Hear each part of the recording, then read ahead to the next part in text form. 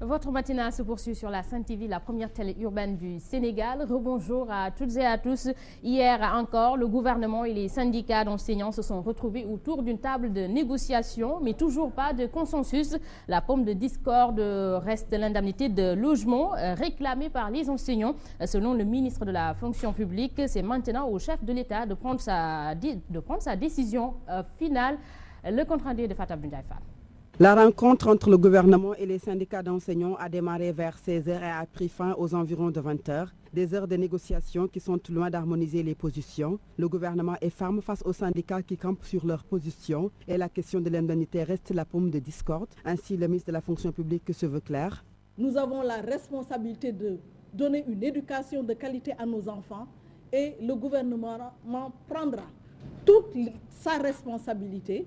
Nous avons décidé de nous retirer sans avoir signé le PV sanctionnant la rencontre pour pouvoir évaluer. Ce que le CUSEMS ne veut pas entendre, Abdoulaye Ndoye, très radical, estime que son syndicat va poursuivre son mot d'ordre de grève. Nous avons eu plusieurs rounds de négociations. Nous pensions que le gouvernement allait se prononcer sur cette question. Mais nous avons constaté l'immobilisme du gouvernement sur cette question. Alors qu'aujourd'hui, si on veut l'apaisement dans l'espace scolaire, il faut nécessairement que le gouvernement se prononce sur la question de l'alignement de l'indemnité de logement. Le grand cadre, lui, entend rendre compte à la base afin de donner sa position. Malgré notre volonté d'aller vers l'apaisement, des mesures prises par le gouvernement ne vont pas dans le sens de l'apaisement. Par conséquent, nous allons nous retrouver demain en plénière du grand cadre des syndicats de l'enseignement. Et probablement le jeudi, nous tiendrons une conférence de presse. Beaucoup de rencontres et toujours pas de consensus. Le gouvernement entend rendre compte au chef de l'État pour l'évaluation de la réunion. Plus de drogue et d'alcool à l'école, c'est le souhait du groupe Les Pédagogues de Grand Yoff qui désormais entame le combat car selon les responsables de cet établissement, le phénomène prend de l'ampleur et ils ont donc initié une marche hier, une marche pacifique donc pour sensibiliser les parents sur la nécessité de vigilance. Alassane Baldé. Prévenir les élèves contre l'usage de l'alcool, de la drogue et de la violence dans les établissements, c'est tout le sens de la manifestation organisée par le groupe scolaire Les Pédagogues des HLM Grand Yoff, un fléau qui gangrène de plus en plus les établissements. Nous nous sommes rendus compte que ce sont de véritables fléaux qui sont en train de gangréner à la fois la société sénégalaise et qui se reflètent malheureusement, mais tout naturellement, qui se reflètent dans l'environnement scolaire. Et si l'on y prend garde, cela risque de devenir ingérable, soutient cet enseignant. Il faut une sensibilisation, une mobilisation autour de tous ces fléaux pour pouvoir lutter contre cela. Selon les parents d'élèves rencontrés, nombreux sont parmi eux ceux qui ont failli à leur rôle. Je le dis souvent à mes enfants, j'ai peur de leur avenir. Et la responsabilité nous aime comme nous parents. Nous avons failli à notre mission. L'encadrement des enfants, il reste encore beaucoup à faire. Alors, il faut qu'on se fasse violence pour redresser les enfants. Pour faire ainsi passer le message, élèves, parents d'élèves et éducateurs ont marché côte à côte, symbole de leur unité pour lutter contre ces différents mâles. Alassane Baldé, l'installation et la mise en place du comité de transfert des activités de l'aéroport international Léopold Sédar Senghor de Yoff à l'aéroport international de Diass a fait l'objet d'un atelier hier à Saly. Ce comité qui sera donc installé par arrêté primatorial prendra en compte tous les ministères concernés venus présider cette rencontre. Le ministre du Tourisme Abdoulaye Diouf Sarr indique l'enjeu de cet atelier. Il est ici avec Pape Djé.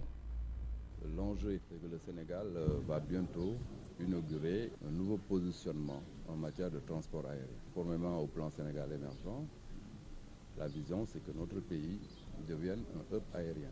C'est pourquoi nous avons mis en place un comité transversal qui va prendre en charge l'ensemble des éléments du transfert. C'est une opération extrêmement importante parce que c'est la première fois dans notre pays qu'une telle opération se réalise. C'est pourquoi nous avons jugé nécessaire de nous retrouver ici pour envisager tous les scénarios et faire en sorte que le processus de transfert soit maîtrisé et que les choses se passent très bien à date. La mission est extrêmement complexe. C'est tout un dispositif technique qui doit effectivement s'installer dans un nouveau environnement. Au plan social aussi, il est évident que Une telle opération va impliquer des mutations au plan organisationnel. Tout cela nécessite à ce que les acteurs concernés se retrouvent, faire en sorte que tous les paramètres soient maîtrisés. Ils veulent le départ de leur directeur général. Eux, c'est les travailleurs de la Sénélec qui reprochent à Pape Dieng le licenciement de 35 dealers en assemblée générale hier dans l'après-midi. Ces agents de la Société nationale de l'électricité comptent organiser chaque jour des rassemblements et cela jusqu'au 1er mai avec le soutien de la CNTS. Le compte rendu de Sodoma Touré.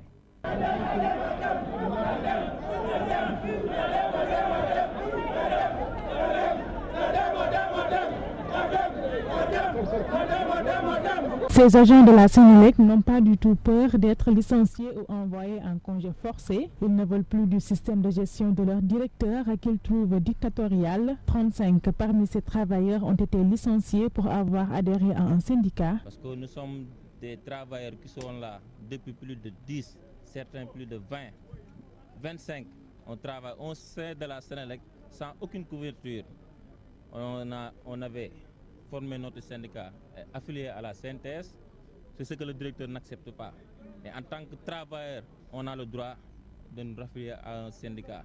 Ces travailleurs réclament le départ immédiat de Pape Dieng de la tête de la Sénélec. Parce qu'il ne suit pas la politique du président de la République. C'est de maintenir les emplois et créer des emplois, pas de supprimer les emplois. C'est pourquoi nous demandons son départ. Ces employés de la Sénélec peuvent compter sur le soutien de la Confédération nationale des travailleurs du Sénégal, CNTS. Lamine Fall, qui en est le secrétaire général adjoint, veut porter leur combat pour que justice soit faite. Et ces travailleurs n'ont rien réclamé d'autre que leurs droits. Quand on a un contrat de travail, on a droit à l'indemnité de transport. C'est la moindre des choses. L'indemnité d'ancienneté. On a droit à être affilié à l'IPRES, à la Caisse de sécurité sociale. En tout cas, ce que je veux dire solennellement, ces travailleurs-là en ont marre et la CNTS en a marre et nous les accompagnerons jusqu'au bout. Les agents de la Sénélec envisagent de mener ainsi leur mouvement d'humeur jusqu'au 1er mai qui marque la fête du travail. Sodoma Touré, ça rogne également à Touba où les agents de la Sénélec ont décidé de suspendre toutes leurs activités. Et ces derniers réclament leurs arriérés de salaire et autres préoccupations soulignées. C'est la surexploitation dont ils font l'objet. Le reportage est d'Abdoulaye Diagne. S'apprêtent à célébrer la fête du travail, les agents de la Sénélec dénoncent leurs dures conditions de travail et d'existence. Nous sommes ici pour dénoncer l'exploitation dont nous sommes victimes à la Sénélec. Comment pouvons-nous imaginer une société dite nationale où des agents ont fait 15 ans, 20 ans d'ancienneté sans être embauchés, ni prime, ni cotisation IPRES, ni couverture maladie. Nous avons dit que ça suffit et nous ne pouvons plus continuer comme ça. Les agents qui présentent les factures sont à 2 mois d'arriérés de salaire. Ils sont nombreux à être dans cette situation. S'offusquent-ils? Nous sommes près de 600 au niveau national. Mais ici à Diourbel, nous sommes au nombre de 40. Il y a des gens qui ont fait 16 ans, je vous ai dit, 15 ans, 20 ans ici. Nous percevons des salaires médiocres, sans avantages, sans primes. Et qui connaissent beaucoup plus le travail que les neveux que DG embauche et les amène à l'agence. Par ailleurs, ces professionnels de l'électricité s'engagent et comptent durcir le ton. Ça suffit et nous ne pouvons plus continuer comme ça. Les agents qui présentent les factures sont à 2 mois d'arriérés de salaire.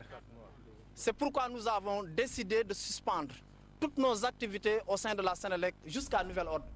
Le Premier ministre était à Kédougou hier. Mohamed Boun Abdallah Dionne a lancé officiellement le domaine agricole communautaire du village d'Itatou, situé à une quinzaine de kilomètres de la ville de Kédougou. Cette exploitation créatrice d'emplois démarre d'abord avec la pisciculture, avec un objectif de 300 tonnes de poissons par an. Le compte rendu est de Abdoulaziz Sow et Papistel. Kédougou dévoile son arme pour fixer les jeunes dans cette localité, une écloserie et des unités de grossissement de poissons. Ici, 300 tonnes de poissons est attendue par an et plus de 1000 emplois. Une écloserie moderne qui va produire 3 millions d'alevins pour les pisciculteurs de la région. 80 bassins, dont 50 bassins de grossissement, d'où sortiront plus de 300 tonnes de poissons par an. 260 emplois par an à l'intention des jeunes et 1450 à terme. Cette exploitation agricole s'étend sur 1000 hectares et démarre avec la pisciculture. Pour la production végétale, 200 hectares vont être aménagés avant l'hivernage. Des cultures vivrières, des productions animales, mais aussi des infrastructures de transformation et de conditionnement sur place. Une réponse à l'immigration clandestine. Pour les jeunes et les femmes, l'espoir est permis. Plus question de risquer sa vie dans les mines d'or ou dans des embarcations de fortune. Le DAC vient s'illustrer comme un projet à la fois incubateur et pourvoyeur d'emplois pour ces jeunes qui n'iront plus se jeter à la mer ou s'adonner à l'orpaillage.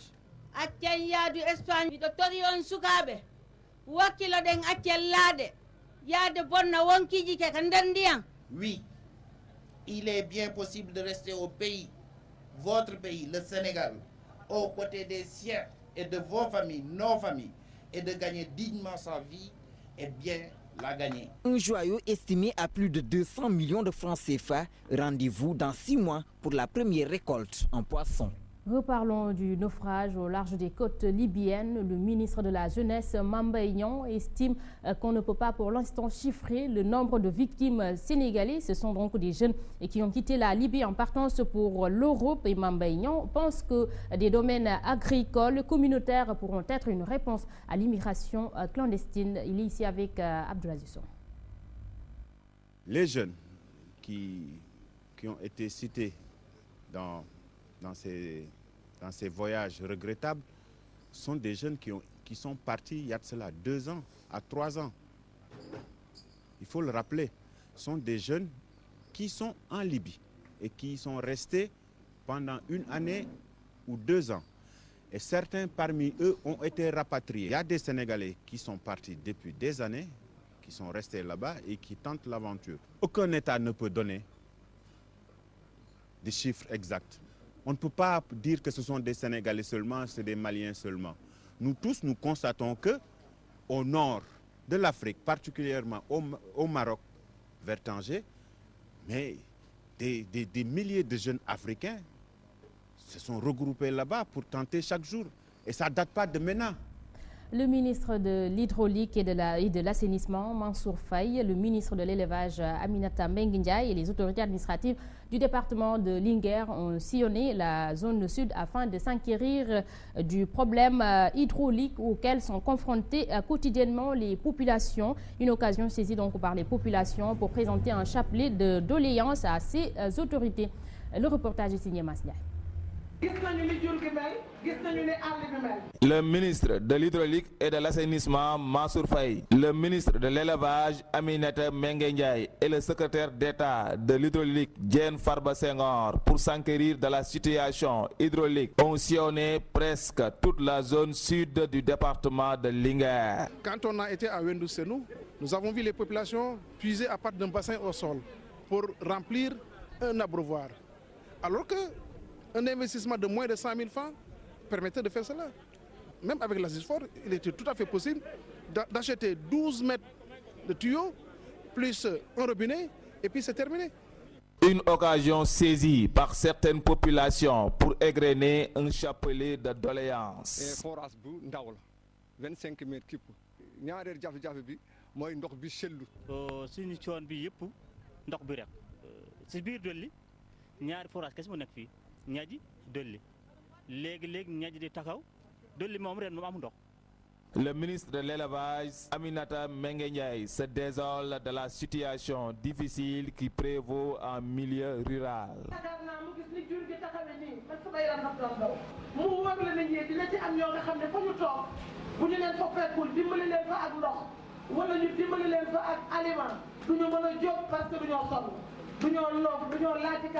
L'eau, la chose la plus précieuse entre le sommeil des populations du département de Linguère. Voilà, donc merci à Mas Ndiaye. D'ailleurs, c'est avec vous que nous refermons ce journal. À vous tous, merci de l'avoir suivi. Merci à toute l'équipe technique et l'équipe rédactionnelle qui ont participé à la réalisation. L'info continue sur la Sen TV, la première télé urbaine du Sénégal, 7h30. Mambé Ndiaye et Ahmed Aïdara seront là pour la revue des titres, 7h45. C'est le journal. Et tout de suite, si vous avez envie de faire du sport, mettez-vous en tenue. Le coach s'installe dans Sen Gym pour vous donner quelques mouvements. Quant à moi, je vous donne rendez-vous à 13h pour le flash d'information. Bon réveil matinal.